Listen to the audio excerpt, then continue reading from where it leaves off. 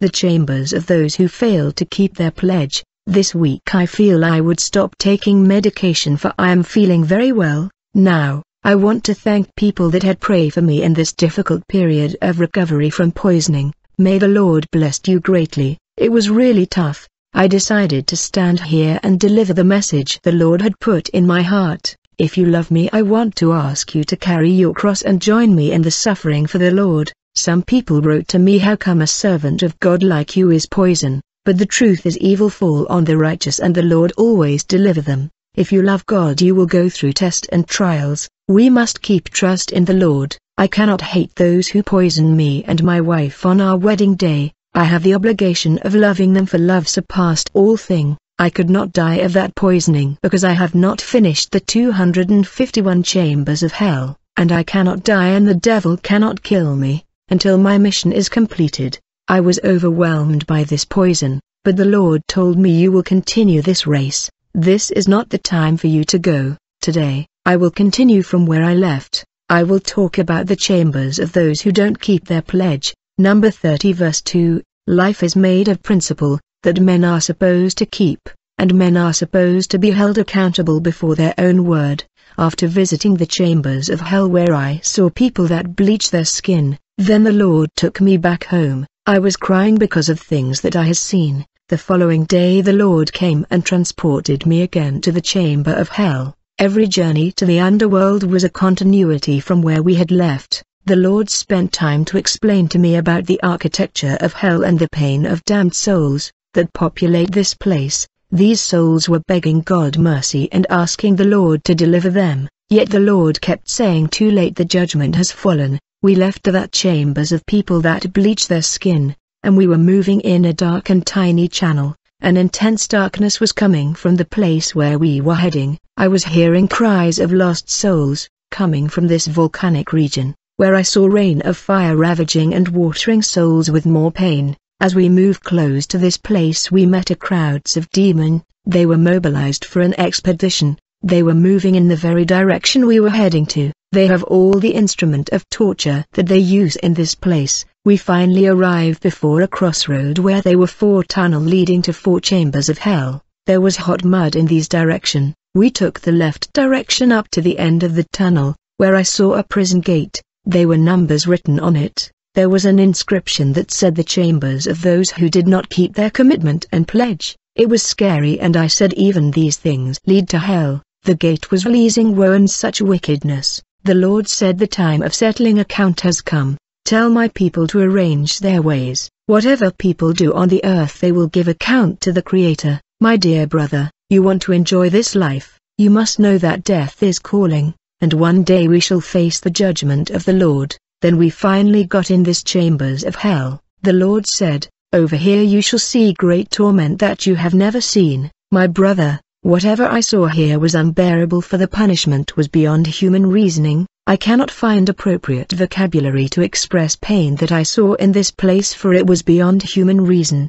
I saw fire coming from all direction. Fire was rising and producing lightning. Brightening hail were falling. It was a painful horror to behold. Damned souls were crying bitterly. The Lord said, all these people that you have seen have committed diverse sin, and He showed me the list on the board. The first sin was those who don't keep their commitment, then those who abuse the trust given to them, those who did not respect their words for they did not keep what they said, those who did not respect the deadline of their commitment, those who have give up on assuming their responsibility, they failed to do their task. All these sin were written on a rock that was burning. After reading the list we turned around to observe the landscape. I saw numerous souls of men in the flame, and they were chained all over their body. These people that have lived on the earth like you and me, some were seated on the ground, others were in pit of fire. They were covered by fire and they screamed intensely, and there was no way to breathe in this fire.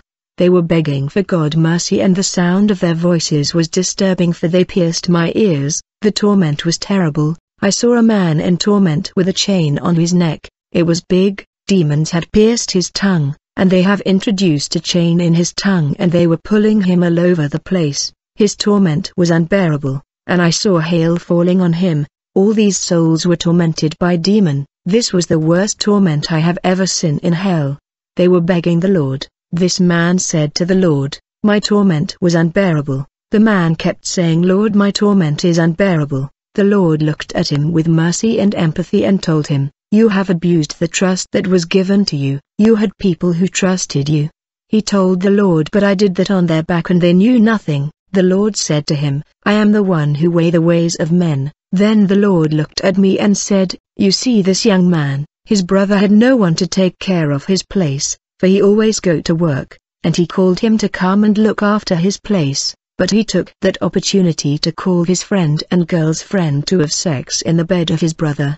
He committed all kind of debauchery. When his brother caught him in the act with his girlfriends, he rebuked him with anger. This man humbled himself and apologized, promising not to do it again. His brother told him, "I forgive you, but don't profit from my absence to make my house a place where you will commit evil, and don't bring your girl's friends here anymore." This man made a commitment not to do it again. He gave his word to his brother, but he failed to keep his word, for he kept bringing his girlfriend despite his words to his big brother. He broke his pledge, and when he died he fell in this place. He was in torment with millions of souls that broke their pledge. Brother, we must be very careful, for on the day of judgment people will give account for all empty words that they have spoken. Through your word you will be justified and condemned. After this man there was another soul that was crying. He had a chain on his leg. There was money that was condemning him and claiming justice, for in hell everything talk and condemn people. I asked the Lord,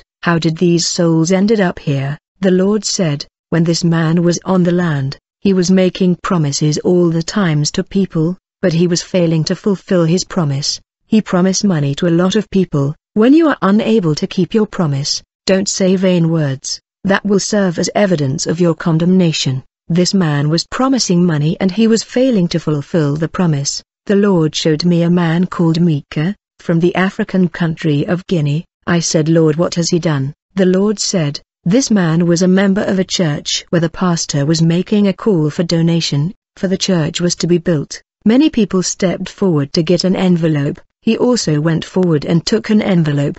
He has accepted the commitment that was supposed to be met in a period of 3 months. However, he faced difficulty in his business. He was unable to meet his pledge and he was unable to meet the deadline." My brother, if you are in this situation, where you have been in many churches, where you took envelope and made pledge, you made useless commitment in different churches knowing that you have no capacity to fulfill them, you got to confess. This man failed to meet the pastor and tell him that he had trouble in his business so that he can pay after the deadline. He never done that.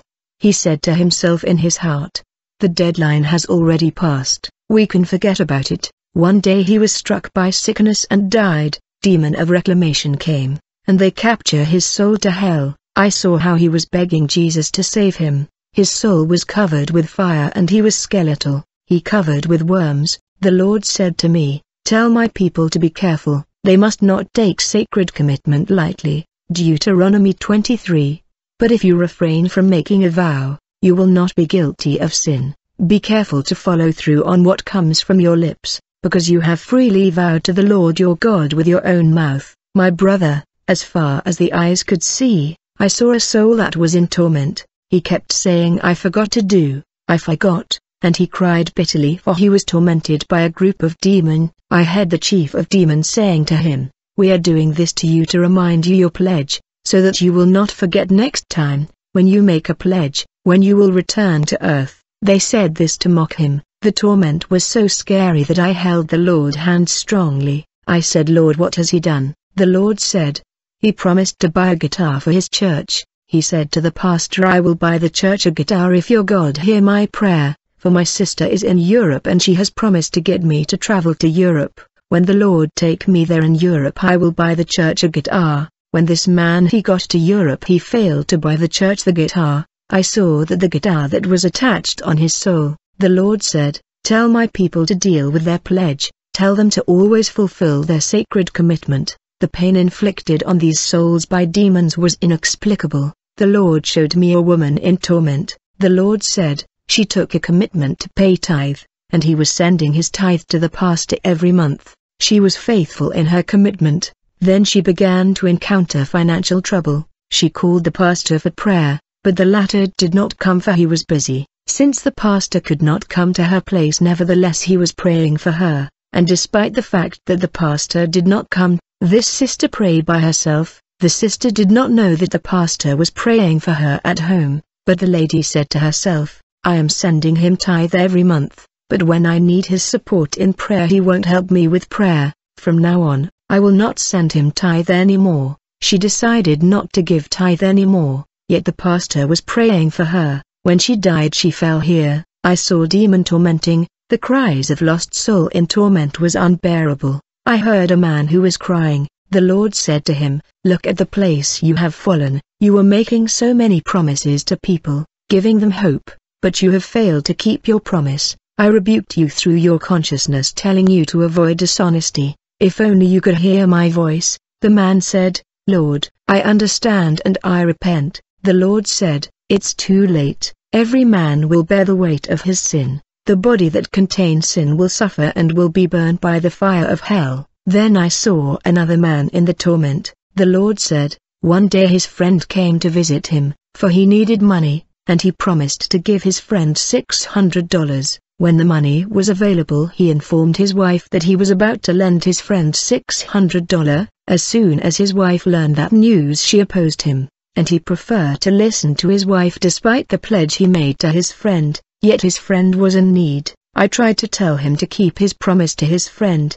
but he ignored my voice. When he died and he came here in this place of humiliation for he humiliated his friend, I could see millions of souls in their pit in this place. It was then I saw demon of hell that were dressed like doctor, nurse, mechanic.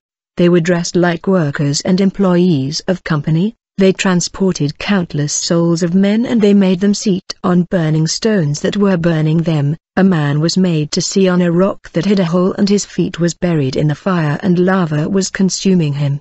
He was consumed in fire. I heard these demons saying to these souls, today you will suffer for everything that you have stolen in your workplace. I heard a soul saying to demon, please take this wheel lock and give it back to my employer. The demon replied, since you hurt your employer we will hurt you here. The Lord said this is what this man has done in his workplace. He was working and was paid $800 of salary. Then one day he stole a wheel lock of the company and took it home. Since this object belonged to the company, he was not supposed to take it home without authorization.